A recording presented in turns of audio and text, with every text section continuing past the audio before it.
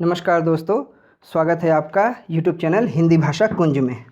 दोस्तों, हम भक्ति काल का अध्ययन पूर्ण कर चुके हैं और आज मैं आपके सामने भक्ति काल से संबंधित बहुवैकल्पिक प्रश्न लेकर आया हूं कुछ, और ये इसका पहला भाग है क्योंकि भक्ति काल से बहुत सारे प्रश्न होते हैं। तो इस वीडियो में हम मात्र 50 प्रश्नों को ही देखेंगे। अगले वीडियो में हम आगामी प्रश्नों को देखेंगे। ठीक है, तो चलिए बिना विलंब किए शुरू करते हैं। तो भक्ति काल से संबंधित पहला प्रश्न बहुवैकल्पिक प्रश्न है। इन प्रश्नों को गौर से देखिएगा। ये जो है चुनिंदा प्रश्न है, खजाने में से मैं चुन चुन कर लाया हूँ आप लोगों के लिए, और इन सबको अगर तैयार कर लेते हैं आप तो आपकी परीक्षा की तैयारी जो है बहुत अच्छी हो जाएगी। ठीक है, तो शुरू किया जाए। चलिए, तो पहला प्रश्न है कि किस आलोचक ने इस्लाम के आगमन को उत्तर भारत में भक्ति आंदोलन के उदय का कारण माना है? तो ऑप्शन ए है George Grayson, option B Hazari Prasad Dwivedi, option C Ramchandra Shukla, option D Ramvilas Sharma. तो जब हम भक्ति आंदोलन के उदय के कारण को पढ़ रहे थे तब उस वक्त मैंने जिक्र किया था, इसका उत्तर होगा ऑप्शन सी रामचंद्र शुक्ल। उन्होंने जो है इस्लाम के आगमन को भक्ति के उदय का कारण माना है उत्तर भारत में। दूसरा प्रश्न, भक्ति आंदोलन के उदय के पीछे भक्ति की पूर्व परंपरा को कारण के रूप में देखने वाले आलोचक हैं कौन? तो ए रामचंद्र शुक्ल, बी रामविलास शर्मा, सी हजारी प्रसाद द्विवेदी और डी डॉक्टर नगेंद्र। तो इसका उत्तर होगा ऑप्शन सी हजारी प्रसाद द्विवेदी। ये परंपरा को इन्होंने जिस चीज़ की उपेक्षा की थी आचार्य रामचंद्र शुक्ल ने, उसी चीज़ को इन्होंने पकड़ लिया। ठीक है, एक आचार्य शुक्ल एक छोर पर हैं तो आचार्य हजारी प्रसाद द्विवेदी दूसरे छोर पर। अब तीसरा प्रश्न, अलवार संतों की संख्या कितनी मानी गई है? Option A 10, option B 12, option C 15, option D 21। तो अलवार संतों की संख्या है ऑप्शन बी 12। चौथा प्रश्न, अलवार संतों में प्रसिद्ध महिला सदस्य हैं। ये जो महिला संत, अलवार जो संत थे उनमें महिला जो संत थी वो उनका नाम क्या है? Option A Andal, option B Sahajobai, option C Mirabai, option D इनमें से कोई नहीं। तो ऑप्शन ए इसका उत्तर है अंडाल। ये महिला थी अलवार संतों में। पांचवा प्रश्न, किस रचना को तमिल वेद कहा जाता है? यानी तमिल भाषा का वेद, जिस तरह से जो है संस्कृत का एक वेद है उसी तरह तमिल भाषा का वेद किस रचना को कहा जाता है? Option A Tamil Prakash, option B Divya Prakasham, option C Naliyar Vedamritam, number D Naliyar Divya Prabandham. तो इसका उत्तर होगा ऑप्शन डी नलियार दिव्य प्रबंधम। ये जो ग्रंथ है इसको तमिल का वेद कहा जाता है। ठीक है, आइए अब आगे चलते हैं अगली स्लाइड में। छठा प्रश्न है, भारत में भक्ति आंदोलन का उदय सर्वप्रथम किस राज्य में हुआ? ऑप्शन ए तमिल प्रांत, option B Maharashtra, option C Bengal और ऑप्शन डी उत्तर भारत में। तो हम पढ़ चुके हैं भक्ति आंदोलन के उदय में भक्ति उपदी दक्षिणी लायो रामानंद, यानी भक्ति का उदय भारत में दक्षिण प्रांत में हुआ था, यानी तमिल जो है दक्षिण भारत का अंग है, इसलिए इसका उत्तर होगा ऑप्शन ए तमिल प्रांत। सातवां प्रश्न, किस दर्शन में संसार को ब्रह्म से भिन्न और अभिन्न दोनों माना गया है? तो दर्शन में ब्रह्म जो है वो इस संसार से भिन्न भी हैं और अभिन्न भी हैं। ठीक है, तो जैसा कि आप जानते हैं कि अद्वैतवाद जो है उस दर्शन की सिद्धांत देने के बाद शंकराचार्य द्वारा प्रतिक्रिया स्वरूप कई बहुत सारे जो है सिद्धांत उत्पन्न हुए। तो उसमें जो है ये ऑप्शन आपका कौन सा होगा कि किस में ब्रह्म और जो संसार है दोनों को भिन्न और अभिन्न दोनों माना गया है? तो ऑप्शन ए है अद्वैतवाद, ऑप्शन बी द्वैतवाद, ऑप्शन सी द्वैताद्वैतवाद, ऑप्शन डी विशिष्टाद्वैतवाद। तो इसका उत्तर होगा आपका ऑप्शन सी द्वैताद्वैतवाद, यानी डुअलिज्म। अद्वैतवाद का होगा आपका नॉन डुअलिज्म, द्वैतवाद का डुअलिज्म, द्वैताद्वैत का डुअलिज्म और विशिष्टाद्वैत का स्पेसिफिक और स्पेशल डुअलिज्म कह सकते हैं। आठवां प्रश्न देखते हैं, भेदाभेदवाद किस दर्शन को कहा जाता है? ये एक दर्शन का नाम है भेदाभेदवाद। तो ये किस दर्शन को संबोधित किया जाता है इस रूप में? तो ये अभी हमने थोड़ा ऊपर में देखा, द्वैताद्वैतवाद। तो ऑप्शन ए द्वैताद्वैतवाद ये सही होगा। अद्वैतवाद नहीं, विशिष्टाद्वैत नहीं, द्वैतवाद नहीं, बल्कि ऑप्शन ए द्वैताद्वैतवाद को भेदाभेदवाद भी कहा जाता है। ठीक है, तो इस दो प्रश्न, एक प्रश्न के माध्यम से दो प्रश्न हो जा रहे हैं। इसमें से कोई भी नाम रहेगा तो आपको जो है पहचानने में कन्फ्यूज़न नहीं होना चाहिए। तो भेदाभेदवाद को ही द्वैताद्वैतवाद कहते हैं या द्वैताद्वैतवाद को ही भेदाभेदवाद कहा जाता है। अगला प्रश्न, रुद्र संप्रदाय के प्रवर्तक हैं कौन हैं? Option A Chakradhar, option B Acharya Pundalik, option C Chaitanya Mahaprabhu और ऑप्शन डी विष्णु स्वामी। तो इसका उत्तर है ऑप्शन डी विष्णु स्वामी। इन्होंने रुद्र संप्रदाय की स्थापना की। ठीक है, अब 10वां प्रश्न, स्वामी मध्वाचार्य का संप्रदाय जो है किस नाम से विख्यात है?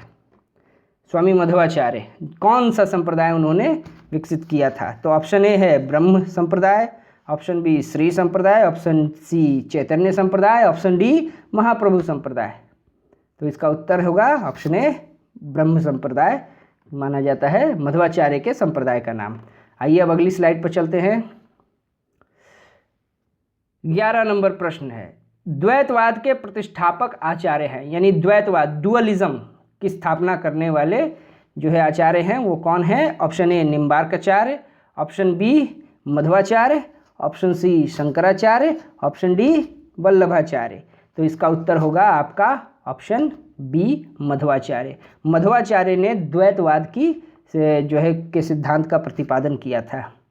ठीक है, और अभी हमने उनके संप्रदाय का नाम देखा ब्रह्म संप्रदाय। ठीक है, आइए अगला प्रश्न, रामानुजाचार्य ने किस दार्शनिक सिद्धांत की स्थापना की थी? रामानुजाचार्य तो ये आचार्य शंकर के बाद ही आते हैं, कुछ समय उपरांत ही इन्होंने जो है उस सिद्धांत की, शंकर के अद्वैतवादी सिद्धांत की प्रतिक्रिया स्वरूप। तो कौन सा होगा? ए विशिष्टाद्वैतवाद, स्पेशल डुअलिज्म, द्वैताद्वैतवाद, डुअल डुअलिज्म, द्वैतवाद, डुअलिज्म, अद्वैतवाद। ये तो जानते ही हैं शंकर का है अद्वैतवाद। तो इसका उत्तर होगा ऑप्शन ए विशिष्टाद्वैतवाद। रामानुजाचार्य ने इस सिद्धांत का प्रतिपादन किया था। अगला प्रश्न 13 नंबर, द्वैताद्वैतवाद जो है, डुअल डुअलिज्म जो है वो किसका दार्शनिक सिद्धांत है? द्वैताद्वैतवाद को किसने प्रतिष्ठित किया था?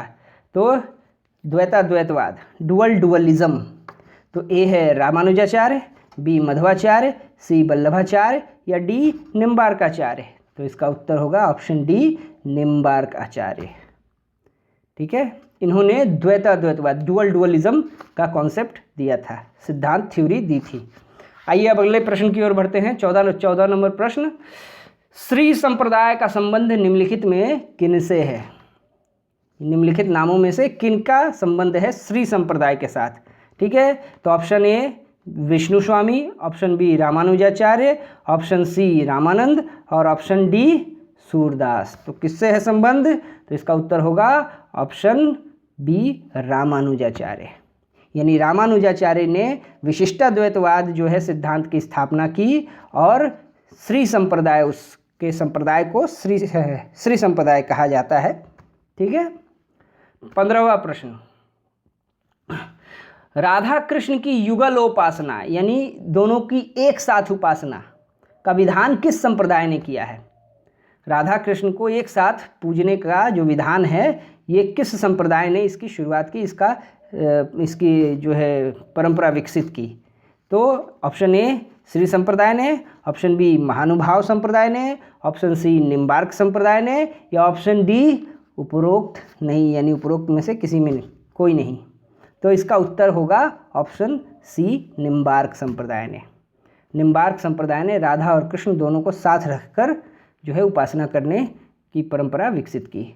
आइए अब अगली स्लाइड की ओर चलते हैं। 16वां प्रश्न, वल्लभाचार्य का दार्शनिक सिद्धांत क्या है? इनका फिलोसॉफिकल थ्योरी क्या है? एक द्वैताद्वैत, दूसरा अद्वैतवाद, तीसरा शुद्धाद्वैत और चौथा द्वैतवाद। तो वल्लभाचार्य ने शुद्धाद्वैतवाद सिद्धांत प्रतिपादित किया जिसमें उन्होंने ईश्वर को शुद्ध माना, परमात्मा को शुद्ध माना। ठीक है। 17वां प्रश्न, किस आचार्य के मत को पुष्टि मार्ग कहा जाता है? Option A Ramanujacharya, option B Vallabhacharya, option C Vitthalnath और ऑप्शन डी मध्वाचार्य। तो पुष्टि मार्ग की स्थापना करने वाले वही हैं आचार्य वल्लभाचार्य। ऑप्शन बी होगा इसका उत्तर। वल्लभाचार्य ने पुष्टि मार्ग की स्थापना की और जिस सिद्धांत को उन्होंने प्रतिपादित किया वो सिद्धांत था शुद्धाद्वैतवाद का। ठीक है। और इन्हीं वल्लभाचार्य के शिष्यों में सूरदास भी शामिल हैं। अब अगला प्रश्न देखते हैं, 18 नंबर प्रश्न। वैष्णव भक्ति गंगा जो है, यानी वैष्णव भक्ति की जो गंगा प्रवाहित हुई उसकी गंगोत्री यानी उसका उत्स, उसका सोर्स जो है वो कहाँ से है, किसे कहा गया है? तो ए है भागवत पुराण, बी गीता, सी पंचरात्र सिद्धांत और डी रामायण। तो इसका उत्तर होगा ऑप्शन ए भागवत पुराण। भागवत पुराण से जो है वैष्णव भक्ति यानी विष्णु और विष्णु के अवतार की जो भक्ति है, विभिन्न संप्रदाय हैं, उन सबकी का स्रोत है ये। 19 नंबर प्रश्न है कि कृष्ण को क्राइस्ट और कृष्ण भक्ति को ईसा मसीह की प्रेम उपासना का रूप सिद्ध करने का प्रयास किसने किया है? यानी कृष्ण को क्राइस्ट से जोड़ने का काम किया है, माने जोड़ने की का प्रयास किया है, काम नहीं प्रयास। तो किसने किया है? ऑप्शन ए ग्रियर्सन ने, ऑप्शन बी वेबर ने, ऑप्शन सी कीथ ने और ऑप्शन डी उपरोक्त सभी। तो इसका उत्तर होगा उपरोक्त सभी, यानी पाश्चात्य विद्वानों ने ये जो है ज़ोर ज़बरदस्ती जो है कृष्ण और कृष्ण भक्ति की जो बातें हैं उसको ईसा मसीह से कनेक्ट करने की कोशिश की। उन्होंने एक तरह से ईसा मसीह और कृष्ण दोनों को एक ही मान लिया। ठीक है। एक तरह से जो है उस वक्त जिस वक्त इस सब ग्रंथ लिखे जा रहे थे विदेशी विद्वानों द्वारा, जो हिंदी साहित्य का इतिहास लिखन का प्रयास किया जा रहा था, उसके पीछे एक मानसिकता उधर काम कर रही थी। वो इस बात को मानने के लिए तैयार ही नहीं थे कि कुछ भी जो है श्रेष्ठ हो ऐसा, और वो जो है ईसाइयों में ना हो। जो भी श्रेष्ठ होता था उसमें वो ईसाई को देख लेते थे। जिस तरह दर्शन के क्षेत्र में जो है सभी जहाँ भी कहीं कुछ अच्छी बात हो तो उसको जो है वो रोमन जो दर्शन है, अरस्तु, प्लेटो, इन सब से ही प्रभावित मान लिया करते थे, या सुकरात, यूनान का प्रभाव सब जगह देखते थे वो, चाहे नहीं भी हो, उनसे कोई संबंध न हो फिर भी। तो ये उस युग की एक विशेषता थी। उस युग में ये बात होती थी कि सभी विद्वान, विदेशी विद्वान जो है कृष्ण और ईसा मसीह को जोड़ देते थे, एक ही मान लेते थे। ठीक है। अगला प्रश्न, किस संप्रदाय में कृष्ण के बदले राधा का स्थान प्रमुख है? वो कौन सा संप्रदाय है? 1 नंबर सखी संप्रदाय, बी नंबर राधा वल्लभ संप्रदाय, सी गौड़ीय संप्रदाय और डी निम्बार्क संप्रदाय। तो किसमें राधा का स्थान प्रमुख है? तो इसका उत्तर होगा ऑप्शन बी राधा वल्लभ संप्रदाय। नाम से ही पता चल जाता है इसमें। ठीक है। दूसरा जो संप्रदाय है सखी संप्रदाय, ये वास्तव में राधा नहीं बल्कि उसकी सखियों से संबंधित है। इस संप्रदाय के मानने वाले उस अपने आप को राधा की सखी, सहेलियाँ मानते हैं वो, और उस रूप में वो भक्ति करते हैं। ठीक है। तो ये हुआ। अगला स्लाइड देखते हैं, प्रश्न 21। रामानंद की शिष्य परंपरा में निम्नलिखित में से कौन नहीं है? ए कबीर, बी तुलसीदास, सी पीपा और डी मीराबाई।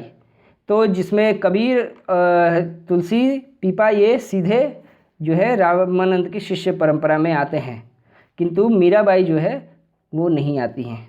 ठीक है। मीराबाई ने विधिवत किसी से भी दीक्षा नहीं ली, किसी की शिष्य परंपरा में नहीं रही, हालांकि वो रैदास को, संत कवि रैदास को अपना गुरु मानती थी। ठीक है। तो इसका उत्तर होगा ऑप्शन डी मीराबाई। 22वां प्रश्न, कबीर पंथी संप्रदाय में कबीर की रचनाएं किस नाम से प्रसिद्ध हैं? बहुत ही सरल प्रश्न है ये, फिर भी ये दे दिया है क्योंकि पूछा जाता है परीक्षा में अक्सर। तो ऑप्शन ए बीजक, ऑप्शन बी कबीर वाणी, ऑप्शन सी कबीर वचन और ऑप्शन डी कबीर ग्रंथावली। तो इसका उत्तर होगा ऑप्शन ए बीजक। साखी, सबद, रमैनी ये कबीर की मूल रचनाएं मानी जाती हैं, ये बीजक में संकलित हैं। बीजक में इनके अलावा भी चीज़ें संकलित है। जब मैं चर्चा कर रहा था कबीर संत साहित्य की, तब मैंने उसका जिक्र किया था, आप वीडियो देख सकते हैं पिछला। आइए आगे बढ़ते हैं। 23वां प्रश्न, संत कवियों पर निम्नलिखित में से किसका सर्वाधिक प्रभाव है? संत कवि यानी कबीर और कबीर के पैटर्न पर भक्ति करने वाले जो हैं, उनका सबसे ज़्यादा प्रभाव उनके ऊपर किनका पड़ा है? तो एक बौद्ध मत का दूसरा जैन मत का, तीसरा नाथ पंथ का और चौथा शैव मत का। तो इसका उत्तर होगा नाथ पंथ। बौद्धों का भी प्रभाव रहा है उनके ऊपर, जैनियों का भी प्रभाव रहा है, दृष्टिगोचर होता है, लेकिन नाथ पंथ का प्रभाव सबसे ज़्यादा दिखाई पड़ता है स्पष्ट रूप से। ठीक है, तो ऑप्शन सी नाथ पंथ इसका उत्तर होगा। 24वां प्रश्न, संत काव्य को ज्ञानाश्रयी काव्य किसने कहा है? आचार्य रामचंद्र शुक्ल के इतिहास को आप उलट कर देखेंगे तो साफ मिल जाएगा। इसका उत्तर है ऑप्शन बी आचार्य शुक्ल। ठीक है, उन्होंने संत काव्य को ज्ञानाश्रयी काव्य कहा है। ठीक है, 25वां प्रश्न, खालसा पंथ की स्थापना किसने की? खालसा पंथ, option A Guru Govind Singh, option B Guru Nanak, option C Guru Arjun Dev, option D गुरु धर्मदास। तो इस तथ्य से आप परिचित होंगे, फिर भी मैं कह देना चाहता हूँ कि सिख जो संप्रदाय है, सिख संप्रदाय के लोगों को एक सशक्त जो है सेना के रूप में कन्वर्ट करने का, एक जो है सैन्य शक्ति के रूप में संगठित करने का काम किया था गुरु गोविंद सिंह ने। ठीक है, तो ऑप्शन ए गुरु गोविंद सिंह। ठीक है, अगला स्लाइड देखते हैं। 26वां प्रश्न, सनकादि संप्रदाय के प्रवर्तक कौन हैं? किन्होंने इस संप्रदाय का प्रवर्तन किया? Option A Nimbarkacharya, option B Hit Harivansh, option C Madhvacharya, option D Vallabhacharya. तो सनकादिक संप्रदाय जो है ये होगा आपका ऑप्शन ए निम्बार्काचार्य। इन्होंने जिस संप्रदाय की स्थापना की उस संप्रदाय का नाम था सनकादि। 27वां प्रश्न, सगुण भक्ति का मुख्य स्रोत है क्या है? सगुण भक्ति का मुख्य स्रोत, इससे मिलता जुलता प्रश्न हम एक देख चुके हैं, स्रोत वाला प्रश्न था ना वो, तो उसी से मिलता जुलता है। तो स्रोत क्या है? वेद है, बी उपनिषद है, सी ब्राह्मण ग्रंथ है, या डी श्रीमद् भागवत है? तो इसका उत्तर होगा ऑप्शन डी श्रीमद् भागवत। ठीक है, ये सगुण भक्ति का मुख्य स्रोत है। 28वां प्रश्न, ज्ञानाश्रयी शाखा में कौन से कवि आते हैं? किन कवियों को रखा जाता है ज्ञानाश्रयी शाखा में? भक्ति काल में विभाजन हुआ था ज्ञानाश्रयी और प्रेमाश्रयी। ठीक है, निर्गुण शाखा का। तो कौन आएंगे ज्ञानाश्रयी में? ए राम भक्त, बी संत कवि, सी कृष्ण भक्त कवि, या डी सूफी कवि? तो ये होंगे बी संत कवि। संत कवियों को ज्ञानाश्रयी कहा जाता है क्योंकि आचार्य शुक्ल ने एक विभाजन किया था और कहा था कि ज्ञान जो है, इन्होंने ज्ञान को प्रमुखता दी है, सूफियों ने प्रेम को दिया है, इसलिए उन सूफियों को प्रेम मार्गी कहा जाता है। ठीक है, हालांकि प्रेम के ऊपर भी बहुत बल दिया है कबीर ने, प्रेम पर बहुत सारे पद लिखे हैं उन्होंने। ठीक है, अगला प्रश्न, संत काव्य का मुख्य दार्शनिक आधार क्या है? मेन जो है उनका फिलोसॉफिकल बेसिस क्या है, फोकस? तो पहला है अद्वैत दर्शन, दूसरा विशिष्टाद्वैत, तीसरा द्वैताद्वैत, चौथा शुद्धाद्वैत। तो ऑप्शन ए होगा इसका उत्तर, अद्वैतवाद, नॉन डुअलिज्म। शंकराचार्य के अद्वैतवाद का प्रभाव रहा है संत कवियों पर। 30वां प्रश्न, भक्ति को विद्या माया किसने माना है? विद्या माया यानी माया का रूप है ये विद्या माया भक्ति को। ए रामानुजाचार्य, बी मध्वाचार्य, सी निम्बार्काचार्य, या डी शंकराचार्य? तो इसका उत्तर होगा ऑप्शन सी निम्बार्काचार्य ने भक्ति को विद्या माया कहा है। ठीक है, आइए अगली स्लाइड। चिद चिद विशिष्ट ब्रह्म के प्रवर्तक कौन हैं? चिद चिद विशिष्ट ब्रह्म ईश्वर को कहा है। ठीक है, यानी ईश्वर थोड़े विशिष्ट हैं। अभी विशिष्ट शब्द से जो है याद कीजिए किसका संबंध जुड़ा है, आपको अपने आप पता चल जाएगा। शंकराचार्य का, बी रामानुजाचार्य, श्री वल्लभाचार्य, या डी रामानंद? तो इसका उत्तर होगा ऑप्शन बी रामानुजाचार्य, जिन्होंने विशिष्टाद्वैतवादी सिद्धांत को प्रतिपादित किया था। ठीक है, ऑप्शन बी। 32वां प्रश्न, दादू पंथ पहले किस नाम से जाना जाता था? दादू पंथ, एक ब्रह्म संप्रदाय, बी परम ब्रह्म संप्रदाय, सी उपयुक्त दोनों, या डी उनमें कोई नहीं? तो इसका उत्तर होगा बी परम ब्रह्म संप्रदाय। दादू पंथ को परम ब्रह्म संप्रदाय भी कहा जाता था। अगला प्रश्न, कबीर की रचनाओं का संकलन किसने किया है? कबीर की जो रचनाएं हैं उनको संकलित किसने किया है? Option A Dharmadas, option B Ishwardas, option C Raidas, और ऑप्शन डी दादू? तो इसका उत्तर है ऑप्शन ए धर्मदास। धर्मदास ने कबीर की रचनाओं का संकलन किया है। ठीक है, अगला प्रश्न, ग्रंथ साहिब यानी गुरु ग्रंथ साहिब जो है सिखों का जो पवित्र धर्म ग्रंथ है उसमें किसकी रचनाएं संकलित हैं? ए नानक देव की, दूसरा अर्जुन देव, तीसरे अमरदास या उपर्युक्त सभी? तो उपर्युक्त सभी, डी ऑप्शन है इसका उत्तर। अगला प्रश्न, नानक देव की रचनाओं का संकलन ग्रंथ साहिब में किसने किया? जो गुरु ग्रंथ साहिब जो ग्रंथ रचित हुआ था उसको बाद में नानक देव की रचनाओं को उसमें शामिल किया गया, किसने किया? ए गुरु अंगद, बी गुरु गोविंद सिंह, सी गुरु अर्जुन देव या डी शेख फरीदी? शेख फरीद ने किया, किसने किया? तो ऑप्शन होगा ए सही उत्तर, गुरु अंगद ने गुरु नानक की रचनाएं जो थी वो गुरु ग्रंथ साहिब में संकलित की थी। अब अगला प्रश्न 36वां प्रश्न है, नानक के जो पुत्र थे श्रीचंद, उन्होंने किस संप्रदाय की स्थापना की थी? तो इस संप्रदाय का भी जिक्र आता है, कौन सा संप्रदाय है वो? तो ए प्रणामी संप्रदाय, बी नानक पंथ, सी उदासी संप्रदाय और डी श्री संप्रदाय। तो इसमें से होगा ऑप्शन सी उदासी संप्रदाय। ये गुरु नानक के पुत्र श्रीचंद ने इस संप्रदाय की स्थापना की थी। नेक्स्ट है, श्री संप्रदाय के आराध्य देव कौन हैं? श्री संप्रदाय में किसकी आराधना की जाती है? तो इसका सीधा आइए ऑप्शन डी, विष्णु की आराधना की जाती है श्री संप्रदाय में। 38वां प्रश्न, रामावत जो संप्रदाय है उसके प्रवर्तक कौन है? रामावत संप्रदाय के प्रवर्तक ए रामानंद, बी शंकराचार्य, सी राघवानंद और डी रामानुजाचार्य। तो हम लोगों ने इसमें से दो को तो देख ही लिया है, तीसरा है राघवानंद और पहले है रामानंद, इन दोनों में से एक होगा। तो क्या होगा? रामावत संप्रदाय रामानंद ने चलाया है इस संप्रदाय को, ठीक है, तो ऑप्शन ए।